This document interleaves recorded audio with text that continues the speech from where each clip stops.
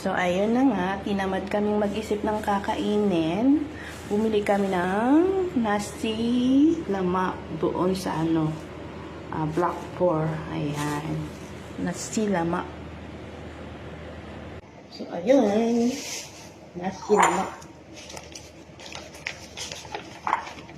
Ayan tayo.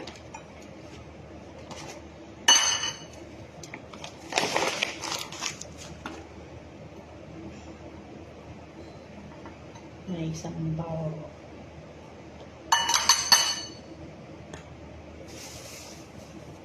Tinamad kami mag-isip ng kakainin.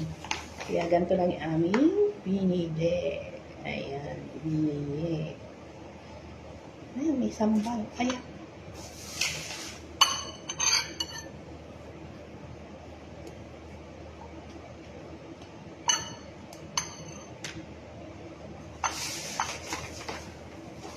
Two rice.